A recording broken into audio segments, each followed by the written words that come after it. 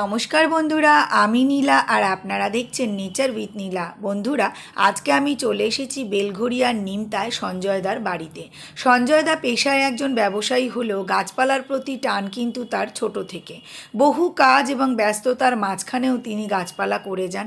বিশেষ করে প্রথম দিকে শীতের গাছপালা যেমন ডালিয়া, চন্দ্রমল্লিকা, সবজি, এই সমস্ত গাছগুলো কিন্তু উনি ছাদ বাগানে করতেন। পরবর্তীকালে তার ইচ্ছে হলো যে তিনি বাড়ির সামনে একটি সুন্দর বাগান তৈরি করবেন। সেই কারণেই আজকে আমাদের এই বাগানে আসা এবং আপনারা আজকে এই বাগানটা পুরো পরিদর্শন করতে পারবেন।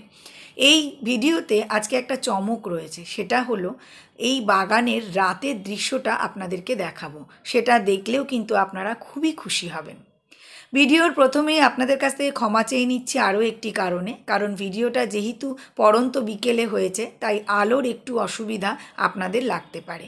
সেই কারণে দেখুন, খুব সুন্দর সুন্দর ফুল দিয়ে ফল, সবজি সমস্ত এই বাগানে আজকে আপনারা দেখতে পাবেন। এখানে প্লাস্টিকের পাইপের মধ্যে গাছ লাগিয়ে এবং তার মধ্যে কিন্তু আলোরও সৌন্দর্য ফুটিয়ে তোলা হয়েছে। এই আলোর সৌন্দর্য কিন্তু আপনারা কিছুক্ষণ পরেই দেখতে পাবেন। আশা করি আমরা যারা বাগানি তাদের খুবই ভালো লাগবে, কারণ আমরা কিন্তু চাই আমাদের বাগানে একটু ফোয়ারা থাকুক, একটু লাইট থাকুক। আজকে এই বাগানে আপনারা সেই সমস্ত কিছু খুঁজে পাবেন। আরও একটা বিশেষ আকর্ষণের বিষয় হলো দোলনা, কারণ বাগানের মাঝখানে একটা দোলনা থাকবে আর তাতে বসে আমরা বাগান পরিদর্শন করব, সেটা কে না চায়। সেই কারণেই বললাম একটু অপেক্ষা করুন আর আজকের বাগানটা পুরোটা আপনারা পরিদর্শন করুন। দেখুন বন্ধুরা, কি সুন্দর ফুলগুলো ফুটে উঠেছে। যদিও বা শীতের শেষ, আমাকে অনেক দিন আগেই উনি বলেছিলেন, আমি বহু ব্যস্ততা আপনারা জানেন, অনেক ধরনের একজন মানুষ, মা, বউ, আবার মেয়ে, প্লাস কাজের চাপ আপনারা জানেনই, সেই কারণে সময় আমি অতটা বার করতে পারি না। তবুও ওনার বাগানে এসে কিন্তু আমার ভীষণ ভালো লেগেছে। দেখুন সুন্দর সুন্দর চন্দ্রমল্লিকা, ডালিয়া সমস্ত কিছু।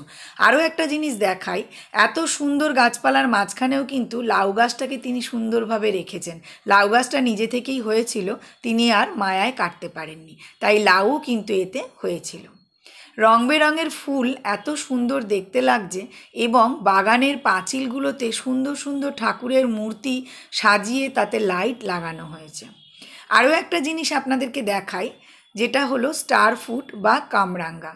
ছোট থেকে আমরা এগুলো ভীষণ পছন্দ করি এবং প্রত্যেকটা কামরাঙ্গা বা স্টার ফুট পুরো হলুদ হয়ে রয়েছে, দেখতে কিন্তু খুবই ভালো লাগছে। ছবিতে দেখে হয়তো একটু খাওয়ার জন্য লোভনীয়তা জাগছে, কারণ খেতে কিন্তু আমরা বিশেষ করে মেয়েরা খুবই ভালোবাসে। দেখুন থোকায় থোকায় ধরে রয়েছে, প্রত্যেকটা ডালে 2, 3, 4 করে হয়ে রয়েছে। এই সমস্ত গাছপালাগুলো দেখে মনে হচ্ছে সঞ্জয়দা অতি ব্যস্ততার মধ্যেও কিন্তু বাগানের জন্য সময় বার করে নেন।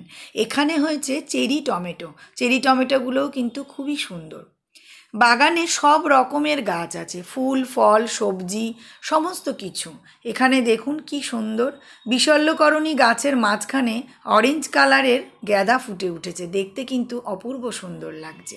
আর এখানে রয়েছে মিস ইন্ডিয়া কুল। প্রচুর কুল হয়েছে, যদিও বা ভিডিওটা যখন আমি করেছি সেই সময় কুলের রঙটা অতটা ধরেনি। প্রচুর কুল, এবং কুল গাছটাকে ছেয়ে রয়েছে লাউ শাক। প্রচুর লাউ শাকের গাছ, ডালপালা বেয়ে কুল গাছটার মধ্যে ভর্তি হয়ে রয়েছে। বন্ধুরা, একটু অন্ধকার হয়তো আপনাদের মনে হচ্ছে, যেহেতু আলোটা একটু অসুবিধা হচ্ছে। দেখুন কত কুল হয়েছে। এরপরেই রয়েছে লেবু, পাতিলেবু, জবা ফুল, টমেটো, চন্দ্রমল্লিকা, গ্যাদা সমস্ত মিক্সড হয়ে গেছে এই বাগানে, সব কিছু রয়েছে। এখানে জবা রয়েছে, জবার রঙটা কিন্তু খুবই সুন্দর। আমরা সঞ্জয়দার সাথেও কিন্তু ভিডিওর মধ্যেই একটু পরিচয় পর্বটা সেরে নেব। আগে একটু আপনাদের বাগানটা দেখাই এবং প্রত্যেক বন্ধুকে অনুরোধ করব ভিডিওটা কিন্তু পুরোটা দেখবেন, কারণ এই বাগানের রাতের সৌন্দর্যও কিন্তু অনেকটা সুন্দর। দেখুন এখানে পিয়ারা গাছ রয়েছে, গ্যাদা রয়েছে, পাশেই কিন্তু ছাতকি কমলার গাছ টবে বসানো রয়েছে।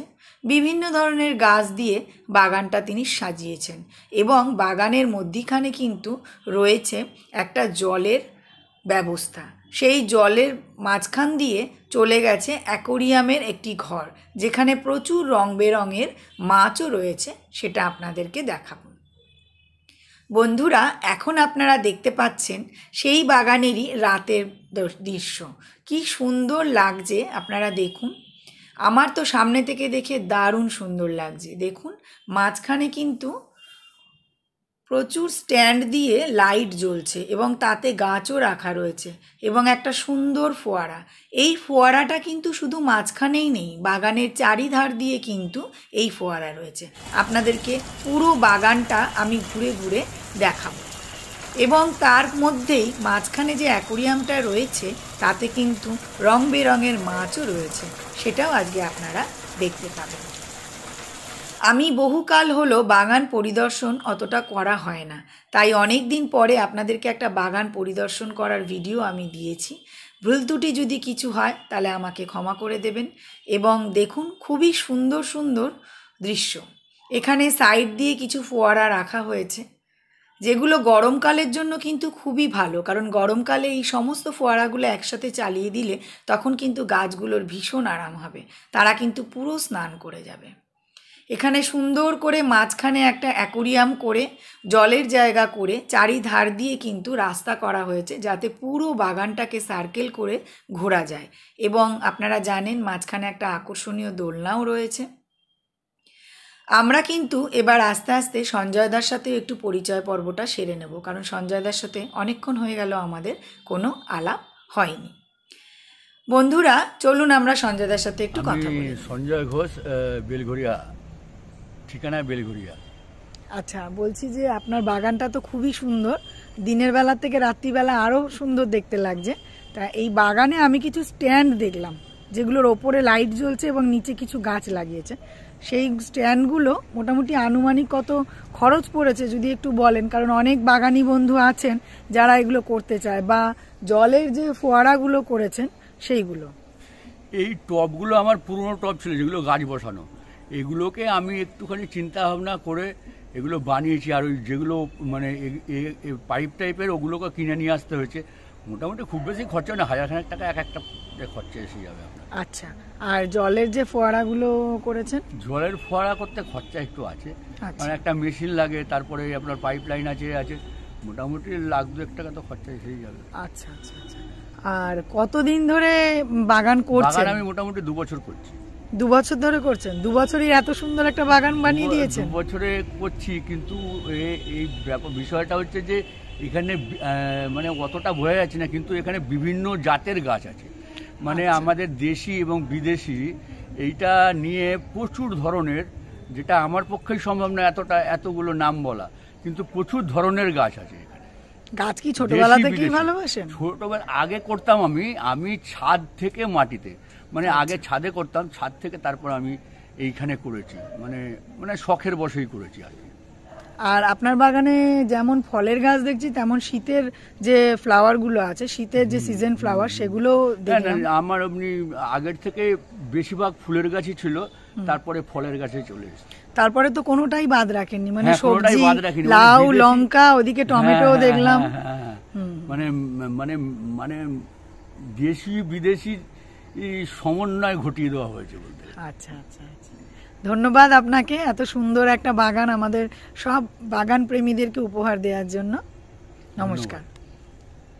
বন্ধুরা, বাগানের মধ্যে যে গোলাপগুলো ফুটে উঠেছে তাতে কিন্তু আলো পড়ে গোলাপগুলো আরও বেশি সুন্দর হয়ে গেছে।